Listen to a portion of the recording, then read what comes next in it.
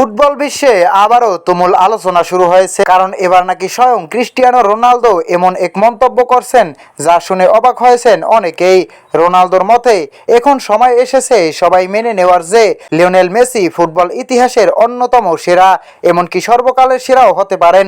বিশেষ করে বিশ্বকাপে মেসির দুর্দান্ত পারফরমেন্স এবং হ্যাটট্রিকের পর এই মন্তব্য আরও বেশি আলোচনার জন্ম দিয়েছে।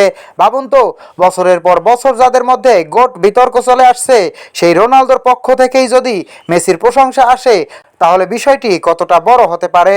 মেসি মাঠে নামলেই যেন নতুন ইতিহাস তৈরি করেন। বয়স বাড়লেও তার খেলার জাদু কমেনি একটুও, আর সে কারণেই অনেক ফুটবল কিংবদন্তিও আজ মেসিকে সর্বকালের সেরাদের একজন হিসেবে দেখছেন। তবে ফুটবল ভক্তদের মধ্যে বিতর্ক থামবে না।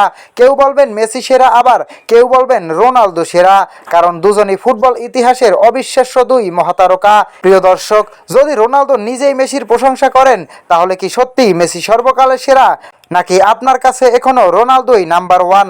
কমেন্টে আপনার মতামত জানাতে ভুলবেন না। আর ফুটবল বিশ্বকাপের সকল আপডেট পেতে অবশ্যই চ্যানেলটি সাবস্ক্রাইব করুন।